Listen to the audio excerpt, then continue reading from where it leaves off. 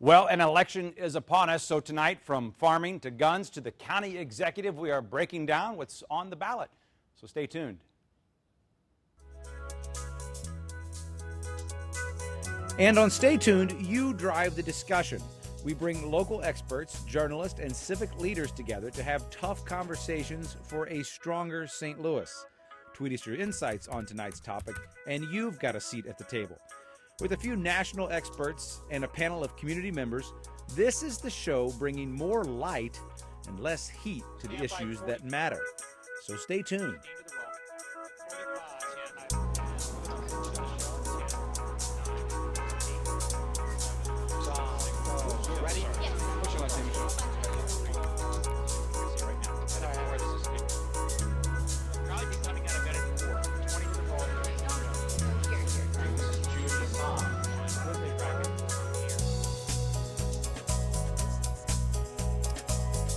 Okay, so tonight we will start with probably the race most people are talking the most about, the county executive race, and we'll do so with some very esteemed journalists, Jason Rosenbaum from St. Louis Public Radio, also from St. Louis Public Radio, Joe Mannies, and also Chris McDaniels. I'll give you one guess, St. Louis Public Radio. Thank you all for being here. So you're saying the county executive race beats Recorder of Deeds race in Franklin County? You know what? And you're saying we're esteemed. Well, listen. Okay, all right, subjective on both counts, guilty. I'll try to keep my journalist hat on for the rest of the night. Sure. Okay, I tell you what, while Jason thinks of some more jokes, let's start with another esteemed, and I can say that without a doubt, journalist from KHDK, Lisa Zigman, starts us off with a look at the St. Louis County executive race. It started. The race between Charlie Dooley and Steve Stanger quickly disintegrated. How dare you say nothing's happening in North County? Dare I mention Jamestown Mall? Okay. If you want to talk about economic development, the first thing that we need to do is bring economic development to all areas of the county. Other candidates, 2 Republicans and a Constitution candidate, spoke as well, but most in the overflow crowd reacted to Dooley and Stanger, especially regarding the embezzlement of $3.5 million by a high-ranking official at the county health department. We had audits every single year. Every year. The council voted on all the budgetary processes, and nobody caught it. So we don't need an audit and spend another $95,000 to prove that you mismanaged county government. And again, thanks to Lisa Zigman from my home base, KSDK News Channel 5, for letting us use that report to start us off tonight. Okay, Jason, Joe, Chris, let's break it down. Who's in this race? I think we know that. What's the status of this race? It seems like it's been a little nasty. Yes, extremely nasty. A lot of nasty ads, which is unusual for an internal primary. Usually candidates who are of the same party try to be at least somewhat nice. I mean, there's some precedent for this nastiness, like 20 years ago. But this is very unusual to see Charlie Dooley and Steve Stanger. Stanger's on the council, Charlie is the incumbent, and they can't really stand each other right now. If you notice at that forum that Lisa's clip was taken out, they're sitting right next to each other and they never looked at each other. It's gotten that bad. Both of them feel that the other one is just taking things too far. But I think for the average voter, what they want to know is what their stands are on a number of issues. And actually on many of the issues, their stands are very similar. Is there a place where they, here's a few things. Let's see, let's think of, we're going to talk about the transportation tax later tonight, but I believe they both support it. They're both for it, although Stanger says he's reluctantly for it. There are several things on the ballot. Right to bear arms is being they're both against it. They're both against that. What do they disagree on? City-county merger. They both kind of don't talk about. Well, they both say it's up to the people, and they're both kind of soft pedaling that. The main thing that they disagree on, I would say, was how they believe the county executive should be running county government. Stanger claims that Dooley has just let too many things go on his watch. You know, Stanger's theme is 10 years is enough, where Dooley has taken that same theme and saying, I have the experience, this guy doesn't know what he's talking about, and doesn't know what he doesn't know. I mean, those are exact words. So Stenger contends that the county executive needs to be more hands-on. He's contending he's a lawyer and an accountant and is promising if he's elected that the first 100 days he's going to do an audit of all county government. Whereas Dooley says, well, look, I've put things on the right track. I've helped lead where we've gotten some more major businesses. We've redone Highway 40. We've done various infrastructure projects that he says is putting the county on the cusp of more growth. So it's basically Dooley saying we're doing things right, and Stenger saying no, we're not. And then you've got the Republicans in the wings, and Rick Stream is saying, who is probably the leading Republican, saying this is a mess, but I'll wait till the primary's over, and then I'm going to propose how to fix it. Okay, hold your thought on the Republican side for 1 second. Well, I've been following the council now for 3 years, and anybody who has been following the council, which is probably 3 or 4 people, another joke, knew that this was going to be incredibly nasty. They haven't gotten along whilst doing the county's business. They didn't get along, since 2011 when the county executive proposed a budget that shut down half of the parks. Stenger was one of the people that led the opposition to that. And ever since then, it's been downhill, and it's always been assumed that Stenger was going to run for county executive since then. I think everybody in the St. Louis area has probably seen the ads by now because they play on KSDK every 10 seconds, mainly Stenger's, because I think his ad buys are a little bit bigger as far as volume at this point. Yeah, Stenger has actually raised slightly more money, and he's also put in a little bit of his own, and Stenger has all this labor money. Which is subtext here. But I think that the ads that have gotten the most attention are Dooley's ads because, beyond comparing Stenger to Mitt Romney in his first ad for a time, not releasing his state tax returns, although he did release his state tax returns, making the ad pretty much moot after the fact. Yeah, he'd given us the state tax. And there's other things as well, as Chris will say. Yeah, as far as the nastiness of this campaign, I think this is sort of what happens when you have a primary where there aren't a lot of substantive differences between the candidates. There aren't a lot of policy differences. So you get into debates about debates, and you get into debates about abortion, about tax returns and abortion, which as Jason has talked about, the county executive doesn't have a whole lot of a role in that. Yeah, and especially like on the city-county merger thing. I'm a resident of the city of St. Louis. The merger or reentry or consolidation would impact my life a lot, but I haven't heard either candidate say why being part of St. Louis County would make my life better if that would occur. Those are the types of things, even though I'm not going to vote in this election because I don't live there, I want to know about, and this is not getting really heard because all of this fluff is basically taking center stage. There are other issues that are not being talked about, would you say? Is that fair? Yes, I think that's fair to some degree because Dooley has mentioned this, and he's somewhat right, is that St. Louis County, aside from being the largest entity in the state, has also matured. The population has been the same more or less for about 20 years. There's parts of St. Louis County that aren't in good shape.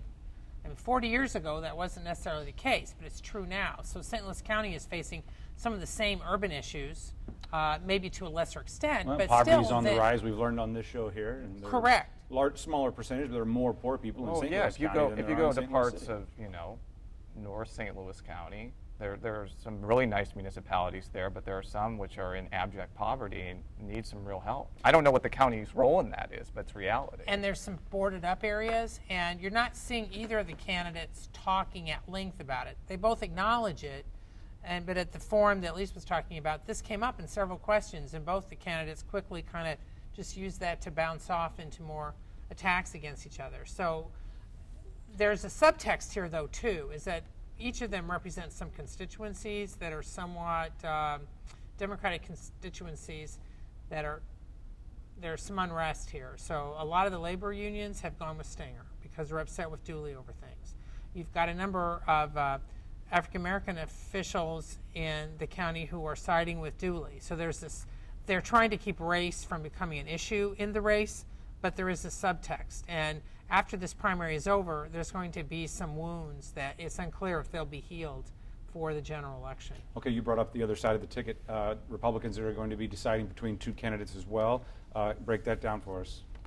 Well, it's State Representative Rick Stream of Kirkwood and Green Park Alderman Tony Pasosa. And I've termed it as a low-velocity primary because I think there was actually I think, a forum tonight, and I'm sure that right. Pasosa probably criticized some of Stream's votes, but Stream isn't really like attacking him back. He's basically trying to introduce himself to Republican voters and kind of just seeing what the result of this primary is going to be, because there's a possibility if one candidate wins versus another candidate, some of those constituencies that Joe talked about, like organized labor, for example, if Dooley wins the primary, for example, they may consider either not working at all or possibly taking a look at Stream.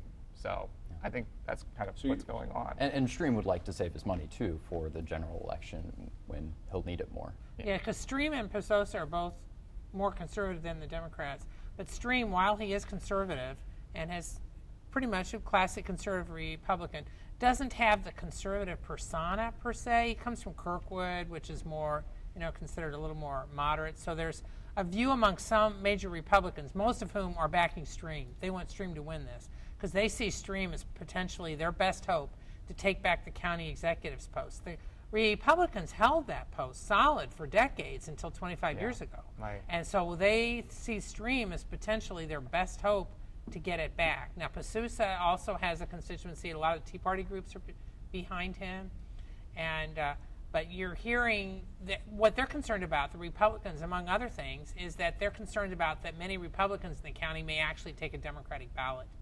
Some crossing over. And crossing over, because that's allowed in Missouri. And while there's always theories about how much of an impact that has, it's hard to tell because people don't register by party in this state. But there is some concern among Republicans that might happen, and that could drive the Republican turnout even lower. So after 2 decades, Republicans have a shot in November, you think? It's hard to say. I don't know if Rick Stream or Pasosa is going to be the first Republican, since my friend Sean Milford's grandfather, H.R. Milford? H. Milford. H. Milford to be the county executive. But under the right circumstances, I think it could happen. Do they have the money that the Democrats do? Or are they don't now, but see, there's no term limit. I mean, there's no campaign donation limits in Missouri, so things could change very quickly. Things can change overnight. You can have people giving you $1 million or $100,000, and that's already happening in some other races. So they'll get the money real quick. And it all depends on how much Stinger and Dooley have to spend in these next few weeks before their primary. Because they're going to have $0 basically on hand. They may be able to reload depending on who wins, but they might not. 2 quick questions, then we're going to transportation. Is this a hard race, regardless, for any incumbent to win when you consider the recession that we've been through and the fact that as Americans, we kind of like change after a certain amount of time sometimes?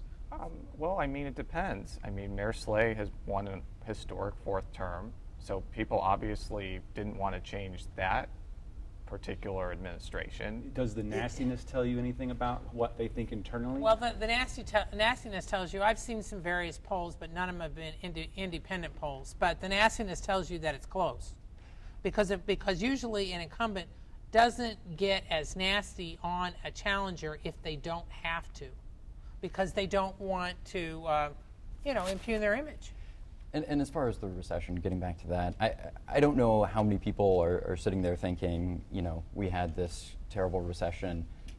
It's the county executive's responsibility. I mean, not to say that they don't have a role in it, but, it's something that impacts every community. But there has been these FBI investigations and some other things that have kind of, Dooley has not been accused personally of doing anything, but like any large government, you're going to have some things happen. And for him, unfortunately, several of those things have happened in the last year. Okay, Jason likes puns, so let's switch gears and talk about transportation.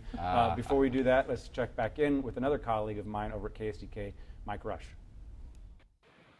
A powerful visual, a school bus with a prop resembling a piece of bridge crushing it. This bus signifies all that is wrong with our current transportation system. The backdrop for organized labor and others supporting Amendment 7. It infuses about $5.4 billion over 10 years into MoDOT's budget. With a temporary sales tax increase of 3/4 cent, over that decade, MoDOT projects the St. Louis region would receive nearly $1.5 billion and funding improvements, including 64 bridge projects.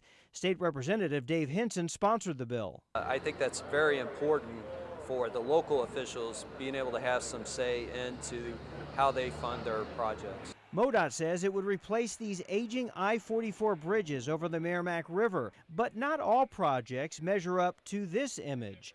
$2 million in funding to evaluate improvements on I-170 and $4 million for the Traffic Management Center in St. Louis are also classified as road and bridge projects. It sounds like an unfortunate scare tactic. But David Stokes' biggest concern isn't the bus. The policy analyst with the Show Me Institute disagrees with the way Amendment 7 would pay for transportation improvements that he agrees are needed.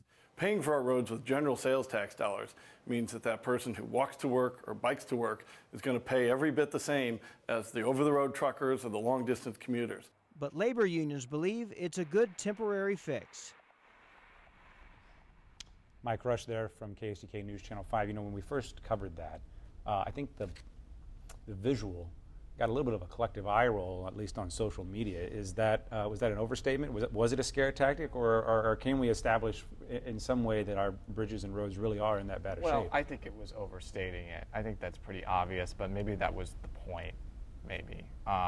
You know, I took a ride with one of MoDOT's engineers, as I think I said a couple of weeks ago, and he pointed out the various deficiencies on I-270, including taking me under a bridge and showing me literally the bridge crumbling. Now, it wasn't a huge block of concrete like it was on that bus, but it was like little bits of the bridge on the ground. And I would assume that that's probably replicated across the state, which would probably make the transportation repair need real. The question is this the right mechanism to do this? Let's talk about that mechanism real quick. So this is a 0.75% sales tax increase. Yes. I'm sorry, yes. Of a cent, thank you, I apologize. Billions of dollars over the next decade to fix roads, repair bridges, improve mass transit. I will say, we did an analysis of the transportation tax list, and I would say 80% is road and bridge or highway related as far as the total amount of money. Now, it should be noted, as I said before, that MoDOT typically doesn't give any money to mass transit. So giving any bits of money to this extent is a paradigm shift to some extent. But I think that on one side of the equation, especially people who are very much boosters of mass transit, they think it's completely inadequate given how much the sales tax is going to be raised. And they think that more money should have gone there. Well, and there's some people who say that this is the wrong mechanism, that it should be the gas tax. Missouri is one of the lowest, if not the lowest, gas tax in the country. And so there's some who say, well, what we should be doing is increasing the gas tax. Now, some of the proponents of the sales tax, including the Missouri Chamber of Commerce, have said, well, but the gas tax has been bringing in less money because cars are more efficient, so they're not using as much People gas. Are driving less too. And so that's true nationwide. So yes, so they're saying that this may be the only way to raise some of this money, but then you have a lot of groups who say, yeah, but then this is regressive. A sales tax hits people who spend. If you have a large family and don't have a lot of money, you're going to spend more on this gas tax than somebody who's wealthy and maybe buys most of their stuff out of the state. I just want to make a quick point. The ads for this came out yesterday as expected because the proponents of this have raised literally millions of dollars, primarily from entities that would benefit from this tax, contractors, engineering firms, et cetera. And not once does it say on that ad that this is a tax increase. And I think it was, we actually asked Dan Mean about that yesterday. I asked if it was purposeful, and he said, oh, absolutely. Because when you say something's a tax increase in an ad, the polls go down according to him. So I think that they're trying to package this in a very specific way. And I think that's one example of how they're trying to sell this to voters, basically. And they're flooding the airway. I mean, they raised several $1 million just since July 1st. The idea being that this would go for a huge ad buy just the last couple of weeks. And that just started this week. And so people will probably see more transportation tax ads than they'll see anything else. Ads paid for by people who would benefit. So supporters say, as you see on your screen, this is more money for aging transportation, and it's just necessary. The opposition says the tax is too high, and as you guys pointed out, it's regressive. It affects those. You could say you're paying the same amount of tax on a loaf of bread no matter how much money you make or whether or not you're driving a big truck. It's actually not taxed on food. Not taxed, bad example. To be fair, we have to admit that. No, thank you. Also, an interesting coalition against it. Yes. Would you say? Explain Very that. interesting coalition. I mean, on the anti-side, you have people like Governor Jay Nixon, Senator Joel Shoup, people who are very prominent Democrats, pairing with Senator John Lamping, Senator Ed Emery, many conservative groups. I think that is an impressive oppositionary coalition, but the one thing it doesn't have is an opposition group that's spending any money to counteract these ads. And one of the things that Dan Meehan said was, he was kind of concerned about the tax passing, but when the opposition group didn't really spend any money yet, I mean, it's 2 weeks out, I guess that could change, there's nothing on the airwaves counteracting that message. There are people against it, and they're talking to people like me and other journalists, but they're not hitting that media market message, essentially. And some people kind of, like they have a kind of a, kissing your cousin kind of reaction to it a little bit too. The Senator Claire McCaskill, I believe, says, it's not my first choice on how to fund transportation, or is it my first choice on how to fund transportation? Probably not, but it doesn't mean that I'm not willing to support it. That is also a change from a year ago when she said she would campaign for it when it was a 1 cent sales tax. I think that should be noted. Yeah, I mean, I think part of this is because some of the major groups who are behind this, aside from business, you also have many labor groups. So you've got officials like McCaskill, who's close to labor. They find themselves in kind of an odd situation where, and this is true in the county executive race, where Stenger, who is getting a lot of money from the union, says, okay, he's for the amendment, but then he says, I really would prefer another way to raise the money. So you have some people who are reluctantly for it because of who also is for it and who is putting the money up for it. Will it pass? It's going to be close. What do you think, I think Chris? it's going to be close. I mean, it's difficult to get people to vote to tax themselves more. But there are going to be a lot of ads, and there won't be anything to rebut them on. And also it's going to depend a lot. This is going to be a low turnout primary. Right. St. Louis County may have one of the highest turnouts, and that's probably still going to be low. But I mean highest compared to other parts of the state, where there may be hardly anything to vote for. It should be noted in 2002, while it was not the exact proposal, it was tax increases for transportation. It failed miserably, and I think as far as the funding setup, it was really similar. But the difference was 2002 had a huge Senate race, and this year we don't have that. Yeah. Okay, let's switch gears again here and go to something, Chris, I know you've covered. Right to arms, Amendment 5. Right to bear arms. Right to bear arms. Can you explain what this is all about? Well, this is part of the reason why I was saying that I think that the turnout in this election is going to be conservative. I think that this is going to be one of the things that is obviously driving out supporters of the Second Amendment. So when people go to the polls on August 5th, they're probably going to read this and say, this looks a whole lot like the Second Amendment. And that's probably what's going to be going through their head, and they're probably going to vote for it, if I had to guess. What this would do, though, is actually more subtle and more substantive, which our legal experts can discuss. But this would make every law that pertains to guns and would supposedly infringe upon the Second Amendment subject to what's called strict legal scrutiny. And it would put a much harder legal standard on whether or not it can pass. Right now, we have to have a reasonable reason for doing it. And after strict legal scrutiny, we would have to have an extremely compelling reason to limit gun rights in the state. And doesn't this also extend to ammunition and some of the other It does. stuff? It does. Which is unusual. That's different too. It does, and critics of this say it would take away Missouri's ability to control, conceal, and carry in the state. It would take away the permitting process. So does it have any teeth or not? Has it been watered down, or does it a little of both? Here? It'll probably end up in the courts. It'll definitely end up in the courts. I mean, yeah. there is a belief that if this passes, and what this may very well pass, is that this will probably end up, there'll be a lot of court fights over what this actually means, and whether or not some of this may counter federal law. And it's already been in the courts. Yeah. The ballot language has been challenged. We should point out that this is very similar to something that Louisiana did a couple of years ago. Their ballot language was very different. It said, should we put together the highest legal standard for all sorts of bills that would come through pertaining to gun rights. And ours, it sounds a lot like the Second Amendment, and doesn't really go into sort of the legal minutia that will really be important for this bill, or for this measure. The toughest Second Amendment law in the country, is that what we would have?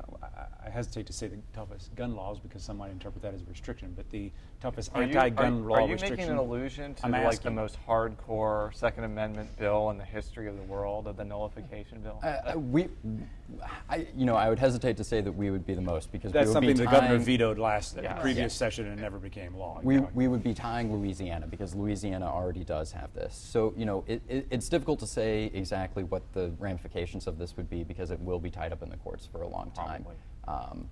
Okay, let's take a break. We still have to talk about farms and the farm bill. I think that's something that needs some explaining. But let's take a little mental reset here. Let's go to social media, and if you guys will stick around, we'll come back to you at the end of the show to talk farm bill. Okay. But for now, hashtag stay tuned to STL. Let's see what you have to say about this election.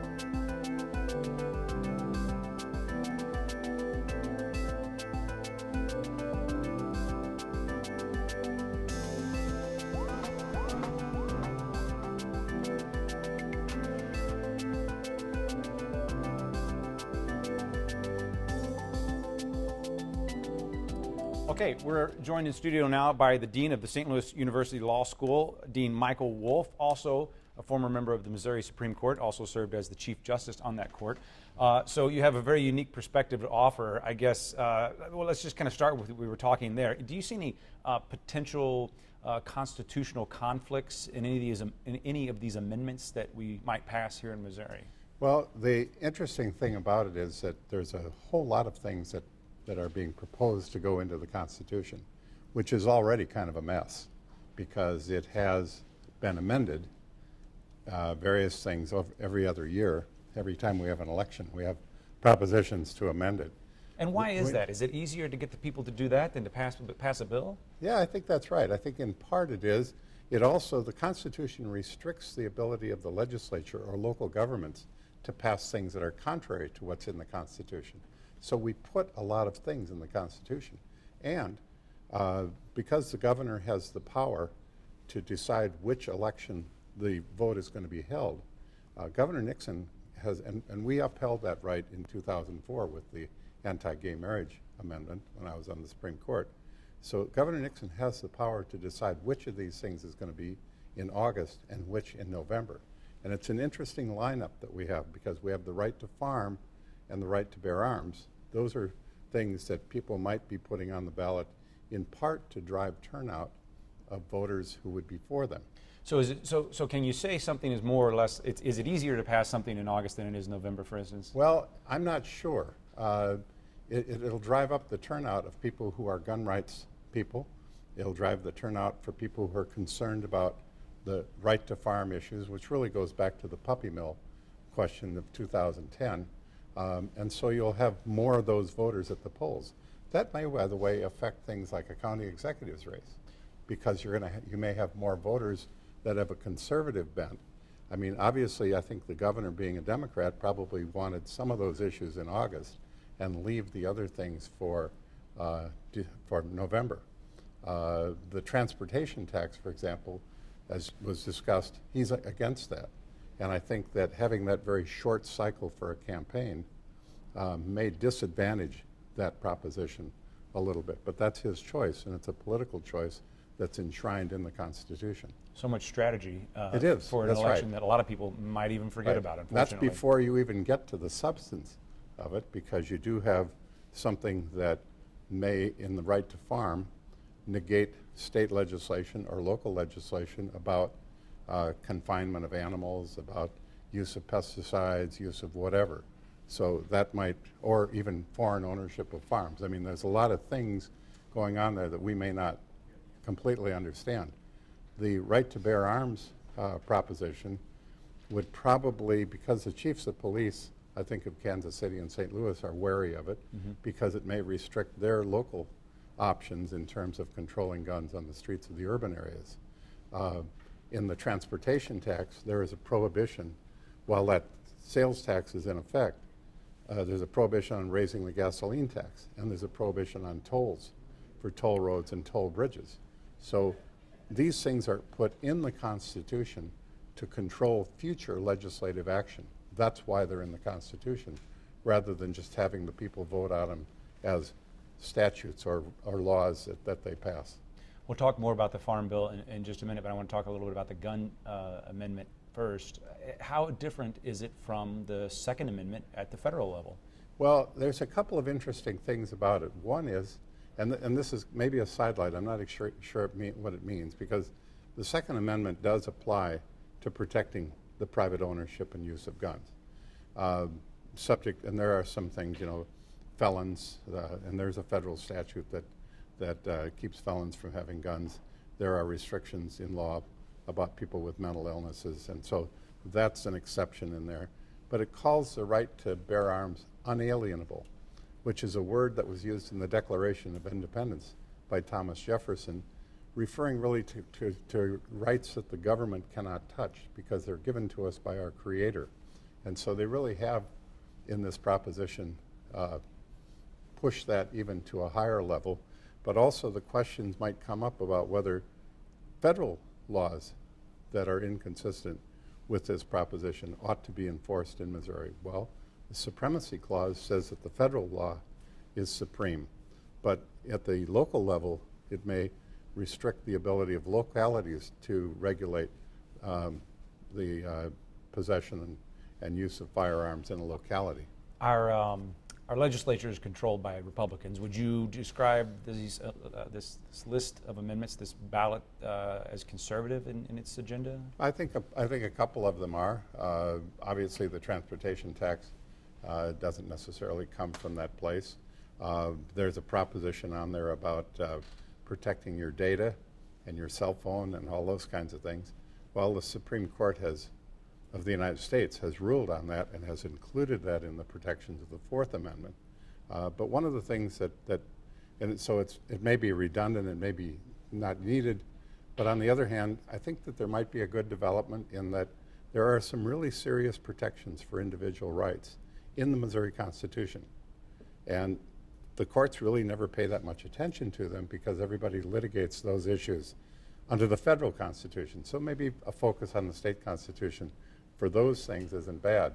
But on the other hand, you're also cluttering up the state Constitution with a lot of things that really have very little to do with the Constitution as such. Okay, so if they are perhaps redundant in some cases, is there something more to read into this? Is there some sort of pushback against the federal government from our state legislature that they would like to see our state do here? There might be some of that. They had a bill that would have made it a crime for a federal official to enforce federal law that was against state law. That didn't pass.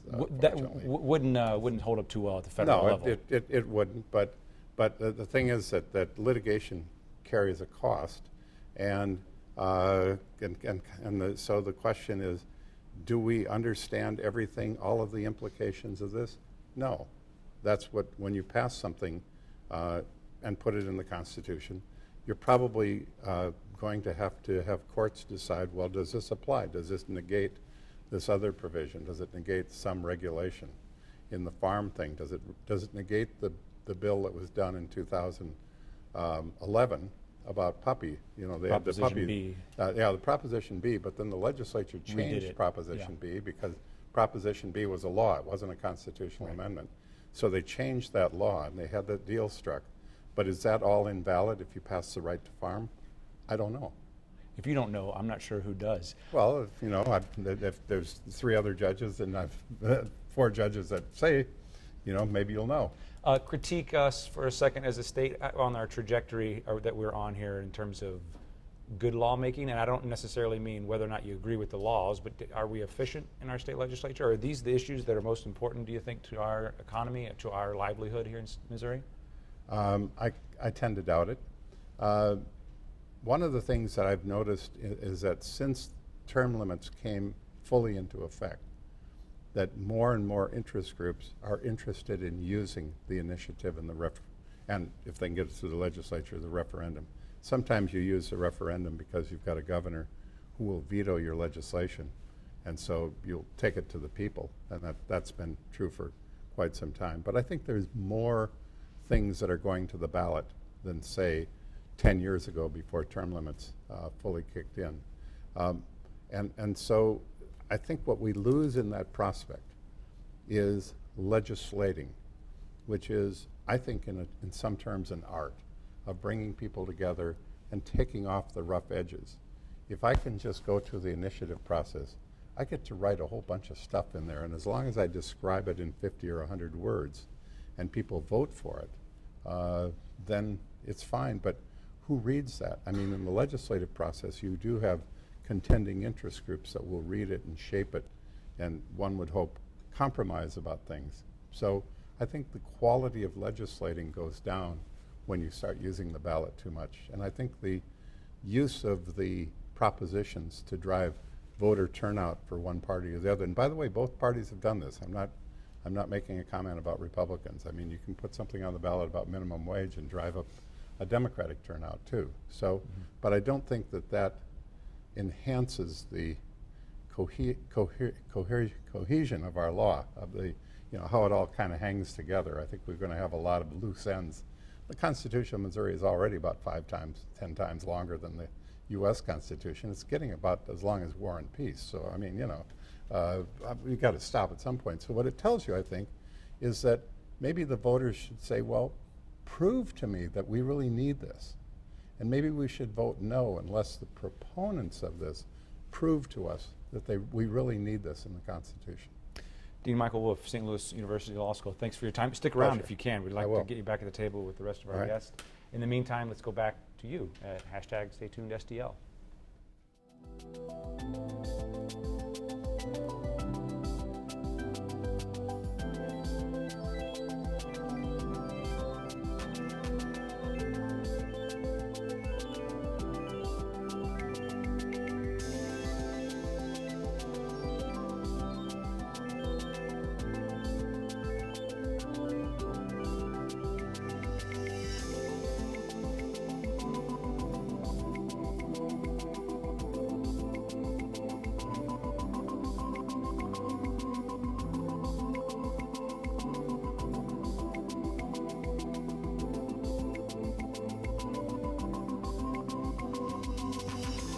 Okay, let's analyze, shall we? You guys are all free from putting on any sort of journalistic hats. You can tell us what you think. I'll do some introductions. Andy Theising from Southern Illinois University, Edwardsville. Right. Jane Duker, Stinson Leonard, and Alvin Reed. We all know him from Donnybrook if you're watching Channel 9. Can I just start real quickly with something we got, a comment from a viewer earlier today who said, what I don't want is DC and STL. This negative campaigning has got to stop. It's a black eye on our awesome region. Has this been a little too nasty for your liking?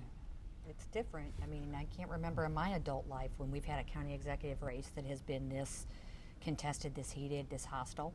So this is very different. I think we're plotting new ground in St. Louis County, and so I think it's fascinating. So what does that mean? Why? I think it's because they've been running against each other for 3 years. I think we said, like, Steve Stenger was going to run for county executive, and they had to sit there week after week after week in the council meetings with this building up. And I think that it's a referendum on each other, as you were saying earlier, that they really agree on most things as far as St. Louis County is concerned. And one is saying, you're not prepared to do the job, and the other is saying, you've done a poor job. So all that's left is to really throw mud at each other. And at the end of the day, negative campaigning works. If you think about it, when we talk to our neighbors, we don't say, isn't it great that our elected officials passed a balanced budget for the last 10 years? They're going to say, no. Did you hear that so-and-so is doing this? And that negative campaigning sticks with voters. They share it, they spread it, and that's why we see so much of it. In the contrast. I mean, that's how I think that's how some people learn about issues, is they see contrast, and that's how they talk about it. And if it didn't work, people wouldn't do it. Does this mean the incumbent is in trouble?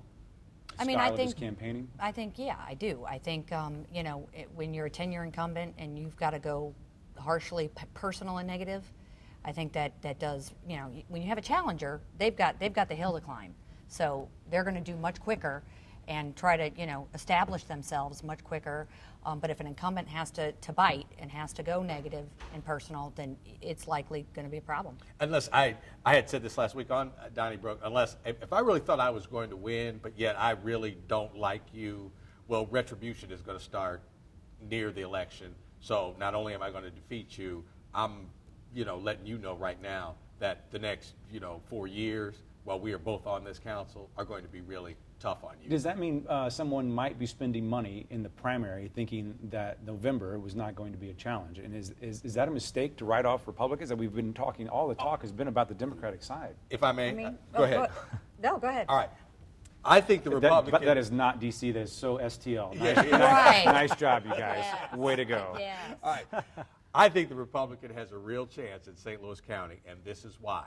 I think, well, Rick Stream has been, you know, he has said that he is not for the, you know, the merger of the city and the county. His opponent, his yard signs have his last name and stop the merger.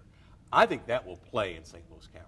I think that there are enough people that are just so vehemently against that, along with people who will vote Republican because they vote Republican, then I think the Republican has a very good chance of winning. And this time, I think to ignore that candidate and say he has no chance, I think that would be a real mistake. A real mistake. I think there's an interesting storm brewing because, one, I think that there will be crossover.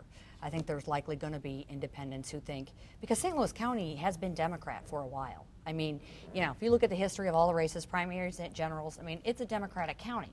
Now, is it overwhelming like the city? Probably not, but it's very blue. So I think, you know, I think to say that I think a Republican will have a very hard road. But I also think that if there's a lot of crossover, which there may be, which I actually think would, you know, probably take votes from Mr. Stream as opposed to Mr. Pusosa, you know, that these people might be thinking, the Republicans, if I don't vote in this Democratic primary, I mean, I'm not going to have a voice in this election. And I think the Republicans have been through enough county elections to say, you know what, this might be the race, and so I'm jumping in. So it'll be interesting to see if that happens, but I think you're seeing a lot of talk about it. Speaking of voice, on Twitter, our folks are saying that our neighbors living in poverty don't really feel like they have a voice in this primary right now. Are any of the candidates on either side speaking to the issues that we brought up earlier? Poverty's on the rise in St. Louis County. It's doubled. I mean, and that's the really troubling part. It's doubled in the last 10 years. And not only we have much more very high poverty, meaning, you know, 40% of a census tract is under the poverty line, which we did not even have those census tracts 10 years ago, and now we have 2 of them, which is shocking. And then also just, you know, normal poverty, it's increased, you know, it's doubled in St. Louis County. And so I know Councilman Stanger has talked about, you know, developing the Office of Community Empowerment to look at all the factors, you know, that contribute to poverty and doing a full bore attack on each one of those, everything from, you know, public safety to private investment into communities, into job creation. But it's going to take a full frontal attack on poverty to make, you know, and to stop to stem the tide. That's what you're really concerned about, is it not getting worse. So I think it's going to take a full-on assault, and I think both candidates know that that's going to have to happen because it's not getting better, it's getting far worse. And as poverty goes up, people are less likely to participate. Right. And if the poor actually showed up at the polls in their true numbers, they would win every election. But they don't. And it's because there's a lot of distraction in the life of the poor. They're a very mobile population, and there are reasons that the voter turnout is so low among those who are poor. Well, they're surviving. They're working on survival. And that tends to distract from doing things. That gets in the way of showing up, or they have the kind of jobs where they can't take off and go vote and come back. So the fact that poverty is going up, I think, only disenfranchises a larger number of people. Is there a race component we should be discussing here in this race? You can't ignore it. You I mean, can't. you know, you have an incumbent who's African American, you have a challenger who's white. Our and- first African American St. Louis County executive. Right, countywide office holder. Right, and so and he was the first. Was he the first African American council member as well? So I mean, he has been a trailblazer in two very big ways. So you can't ignore that it's there. And so I think both parties have tried to keep that out. I don't think but you can't say it's not there. I mean, it's been in politics in St. Louis forever. But a lot of white people voted for Charlie Dooley in the Right, he got campaigns that he elected. has won. A lot of white people will vote for Charlie Dooley in this upcoming election. Is race a factor? Yes. I think race might be more of a factor if Charlie Dooley loses. Not that people will they just probably won't vote in November. Once again, that helps the Republican candidate. So I think that might play out. But overall, I think they have, really, it's kind of like really that this is about two people who don't like each other. And it doesn't really necessarily come down to one is black and one is white. So can they do enough damage to each other to not be able to win in November? Boy, that's the question. And I've said no to that. I don't think what's going on now would be so costly to the Democrat candidate that that's what would cost them. I think it will be an issue thing that could ultimately cost them the county executive office. But it could spend down money, it could diminish campaign funds, and it is possible that something could come up in the campaign process so far for the primary that it will not go away by November. And so Well, and you're right on that. I mean, the division, I mean, we have a county executive who now has one vote on the council. I mean, so, somebody's going to have to govern after this is all said and done, and the council has clearly abandoned the county executive, and there's bad relations with the police, the first responders, the prosecutors. There's a lot of bad blood among the county and the municipalities, not the unincorporated areas, but the incorporated areas. And so I think the view of Clayton by all the municipalities is something that is also been bubbling up, and that one could increase turnout, which I think it will.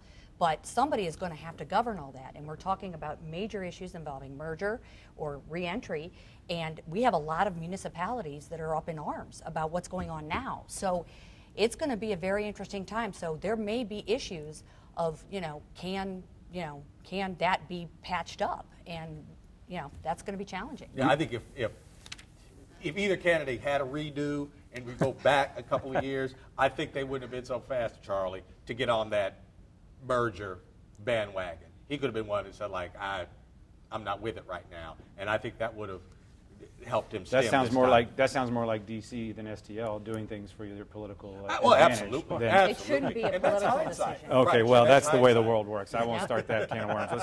Let's go back to Amendment 7 and transportation tax. We've already established there is a very I don't want to say unlikely, but not common coalition between the left and the right against It this. crosses party. Is this going to pass? It's got some challenges, I think. I mean, my unique perspective was when I was in the governor's office, 12 years ago, we were having this same conversation. And so, the idea that we've done absolutely nothing of any value basically on our roads and bridges and infrastructure and transportation in 12 years is a huge problem. I mean, we're kicking the can again. And so I do think that's why you get some people who say, is a sales tax the best idea? One, it raises enough money. Two, we don't have, we have some legal prohibitions on toll roads, which is a problem. Gas tax doesn't raise enough money, and it's likely as regressive as your sales tax. So it's not the best alternative, but the other alternative is, are we going to do nothing? And 12 years passed and we did nothing. If this doesn't pass, will the legislature say we tried, you decided, and now we have no roads What and happened bridges? last time? in fact, if anything, I think the legislature would walk away saying, "Ooh, we got to quit putting tax increases on the ballot." You know, with the Hancock Amendment, we took the power. We, the citizens, took the power of the state legislature to raise taxes and took it for ourselves. The Hancock Amendment says you can't tell us to do something you don't want to also help us pay for. We have to vote on tax increases, and the legislature has basically refused to involve the voters. Nobody's putting on a general revenue tax increase. That just is not a question that's ever put to voters. The kind of questions that go out. And with term limits, you can't.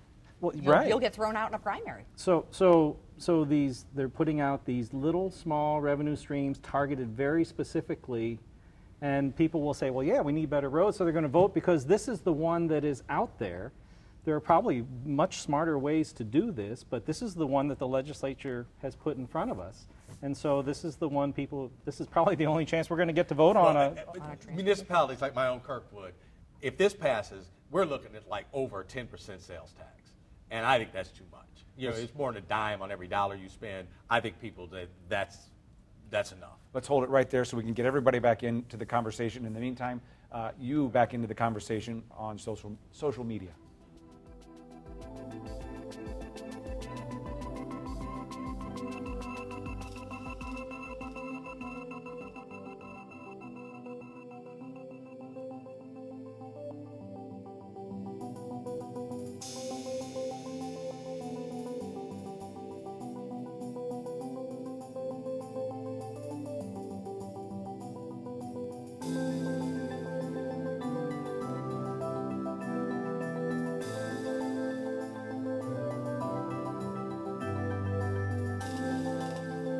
Okay, we have not, as we're still getting everyone situated here, we have not talked about the farm amendment.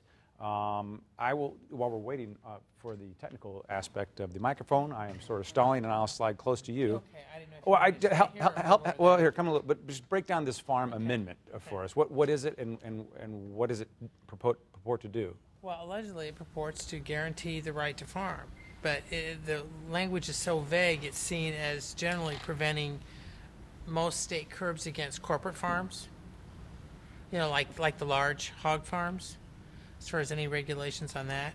There's also, there's a little provision in there that appears to allow more foreign ownership of Missouri land.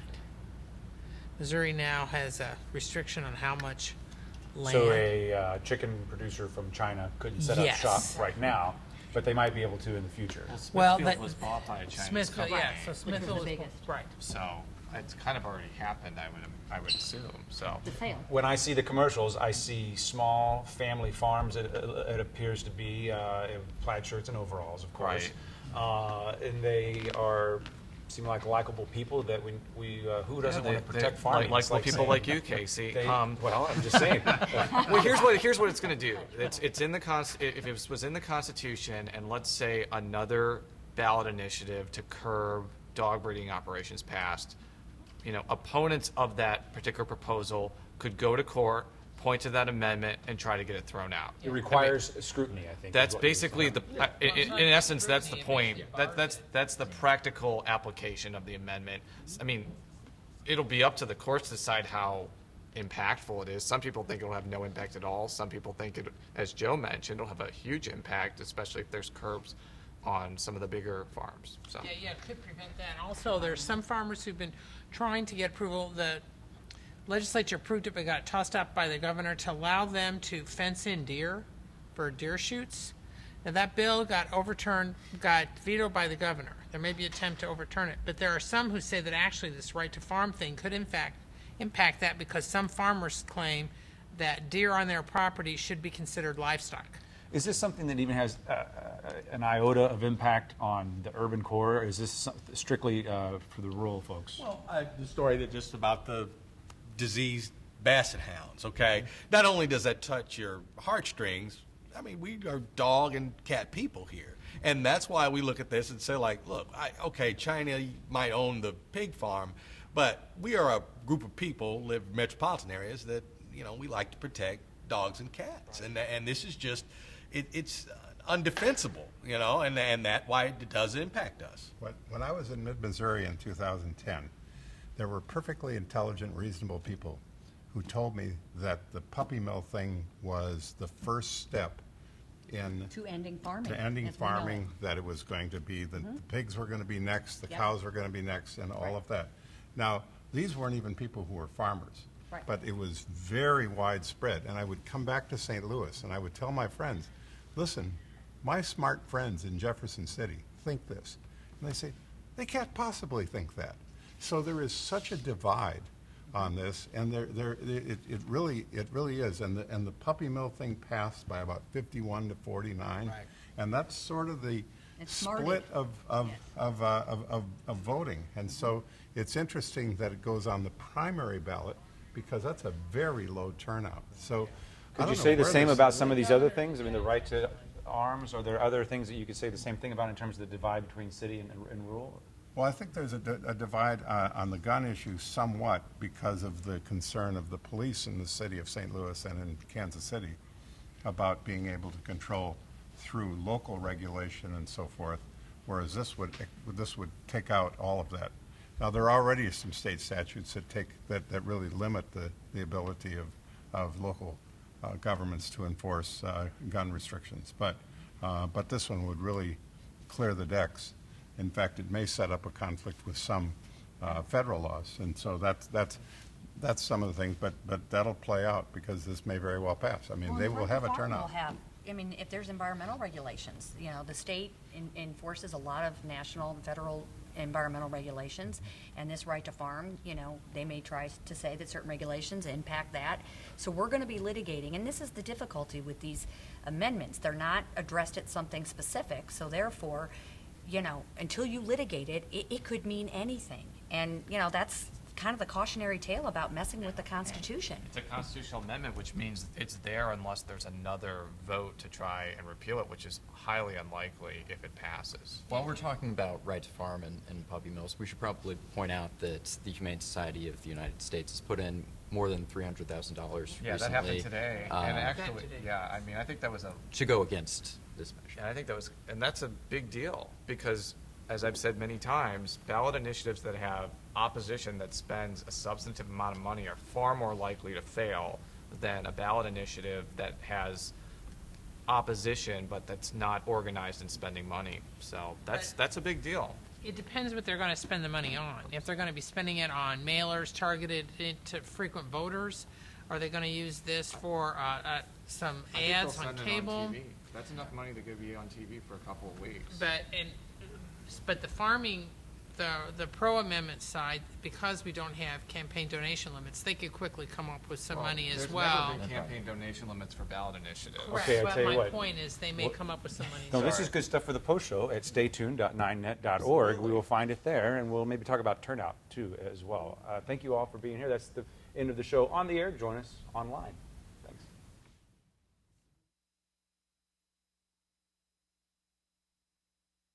I didn't hear what you just said. Will you say it again? Yeah, no, I think this is puppy mill too. I mean, I think this is, the Humane Society is going to say, we already did this, and this is to sort of counteract what the voters decided when they decided that, and we need you to come out, low turnout election, come out, and the people who are the most interested in this, which are a very organized group, and they have been, and they organized before on this issue. So I think there is a possibility that they could mount a decent, you know, fight on this because they've done it before. There is risk, though, because while the Humane Society of the United States is probably viewed benevolently here, they're viewed as like an ultra pariah in the rural areas. You accuse somebody of being part of HSUS, it's almost like being a member of the Communist Party in rural Missouri. And like I said, the last vote we had, that was Jackson County, Kansas City, St. Louis County, Columbia. and the city of St. Right. Louis, and some of Columbia. Little bit of Springfield, versus yeah. the rest of the state.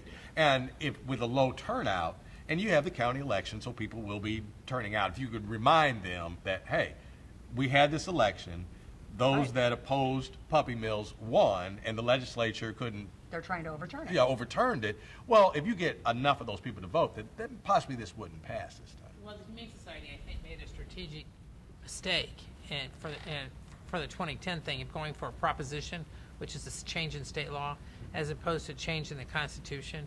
I mean, and basically in Missouri, it's like poker. You need to go big or stay home, because they got the proposition passed. They got. But everybody keeps going all in. They got the proposition passed, but if you have a proposition, then the legislature can change it. That's what they did. If it's a constitutional amendment, it's a whole different ballgame. They can't. There has to be a vote of the people again. So that's why the opponents of the puppy mill restrictions, that's why they came back with this right to farm thing, and it's a constitutional amendment, because they know they get this passed, even if it does end up in court, it still pretty much ties the hands of the legislature, at least in the short term. But you know what? There's so much game playing going on with the Constitution that I think at some point, when we get all of these propositions, and some of you may have some experience with California, they have a ballot that just goes on and on and on with their initiative things. I think at some point the voters start to distrust those things, and they say, as I said when we were talking earlier, if you can't prove to me that this is needed, if you can't tell me what it means, if you can't tell me what it's going to do, then why should I vote for it? Well, and this is the That's poster the show child. me mentality. Right, but it's also The the show me, poster. the show me state, Right. right? Sorry. No, it's the poster child for, term limit damage. I mean, It this is. is again another, symptom of how term limits have frankly ruined this state in a lot of ways politically, because now we have to have a constitutional amendment because I know I'm going to be termed and I don't want some future legislature telling me, to do something different. And they're recognizing their own mortality, which is warped. And I think that's when you see a legislature that has to react to term limits by one, worrying about primaries, or two, worrying about the next office, then you see a lot of ballot and a lot of voter activity, because the legislature, there are things they're just not going to do, just like transportation. They're not going to put another tax. They've done it. We're going to be another 12 years before there's a proposal on transportation for this kind of money. And, so term limits, I think that causes a lot of this. So hopefully the voters will start thinking about that. But the other thing is that the sales tax is going to be very high. It's going to be over 10% in many localities. If this does 3/4 cent increase, 3/4 cent increase, it's not a 3/4% increase. It's a 3/4 cent increase. Penny, right. It's going to be over 10 cents. And the sales tax is an unreliable tax over time. Volatile. Because when economic down conditions turn down, then you don't get as much money. The gasoline tax is at least tied to the number of gallons of gasoline being expended on the roads. And it taxes the people who are using the roads, including the truckers. It's not even close, though. And since we've barred Right. tolls, how are we going to make it up to actually get to? And that's the challenge. And then you have a policy shift that took place because the legislature cut about $500 or $600 million in the income tax at the high end. While raising Thank you sales very, tax, thank you right, very much. which really whacks out the balance. And roads and schools are both essential functions of government. We don't yet have private roads. We have some private schools, but we have, but they're essential tasks of government. And so you take away a funding mechanism of about $500 million, and then you put back a sales tax that is layered heavily on the people who are wage earners. You really have made a massive shift in terms of taking money from the poor and funding things for the rest of us. And you might get some pushback on a lot of that in terms of the income tax and different things on different, but on this particular issue, you have the Show Me Institute, which is conservative think tank, and you have some of our more liberal aldermen in the city, for instance, agreeing that they don't. So are they gambling here with this? If they turn out enough people to defeat this, is they're not spending any money. They don't have an organized group that is counteracting those ads that don't say this is a tax increase. But it's not hard to tell people don't tax me. That's the easiest argument to make without a dime. That's true. People may not know. Jason brought up a good point that the TV ads right now don't even use the word tax. Yeah. So many people be going to the polls and may not realize that this is a 3/4 cent. As much as I'd like to, that all the public reads all of our articles and knows a lot about this. The truth is, some of them may just go by what's in the ads. So we're amending our Constitution on a Twitter-like character limit on the ballot here, where you have a limited understanding of it. And once you amend it, it's done. It's set in stone, unless you can come back with even more energy and effort to undo it. Not many constitutional provisions or laws get repealed. That's the problem. You usually pile on, you don't usually repeal, which is the challenge. That's the problem with the term limit situation. That's a constitutional amendment. So to get rid of that, you need to have another vote. One of the things that's in here that probably should have been in the ballot title on the transportation tax is the prohibition on raising the gas tax and the prohibition on tolls. Because don't you think that's an essential piece of this? Oh, absolutely. It's not in the ballot title. Right. Absolutely. But there are other legal problems. If you just go to the ballot and you have to decide on the information in front of you, you won't know that you are also prohibiting tolls and the increase of the gasoline tax. Well, this is it's supposed to be the one-stop shop, that if we do this, you don't get any more MoDOT. I do think that it has an invidious sort of byproduct, but I think the goal was to say this is it. This is going to be the whole shebang of everything we're doing for transportation, and we'll see if people buy that. It's just interesting. MoDOT, which runs so efficiently, been proven. People that suddenly is your tongue in your cheek? It is, and It's dripping. The sarcasm. you know, Well, and the same people that abhor labor unions, have no use for labor unions, want to bust every labor union in the world, are now buddy-buddy. Because this is all about us making money and you paying for it. And, you know, you can commercials or whatever, but I think that message is getting across to people that said, like, wait a minute, there's kind of an unholy alliance going on here, and it seems like they want me to pay for it. And I think enough people are wise enough without a massive ad campaign to kind of figure that one Well, I'll out. just play devil's advocate. I mean, what's going to happen to our state economy if we don't do anything about our roads for the next 12 years? Listen, I just had a colleague, he was now, I just met him, visiting from Pakistan, a journalist, who asked me what was wrong with our roads. He wanted to know, he's coming from Islamabad, wanting to know what's wrong with our roads. So they're not in great shape from that perspective. Yeah, I mean, that's the question. I mean, I think by any conceivable measure, there probably is a great need to improve our transportation infrastructure, especially our roads and bridges. I don't think that, maybe some people disagree with that, but I think that's generally accepted. I think that with this particular issue, it's whether this proposal is the way to pay for it, whether it's too much, and whether it's going to the right stuff. And if it's going to the right stuff, and whether it's fair. So just back to one last question here for me. Do people know the weight of what they're deciding at the ballot? Do they know the difference between voting on a law and voting on a constitutional amendment? No. I think the majority don't. No. Is that okay? Not necessarily. And see, one thing about the transportation tax that I think is maybe missed is that some of the groups who are opposed to it are also some of the groups who have been pushing to eliminate the state's income tax entirely, eventually, and replace it with a higher sales tax. Sales tax. And they need room.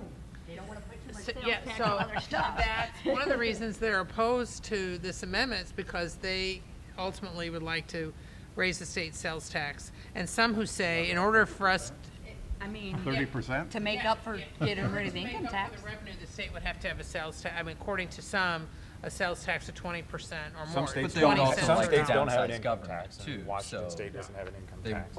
Yeah, but they're relying on tourism or some other things, or they have higher property taxes.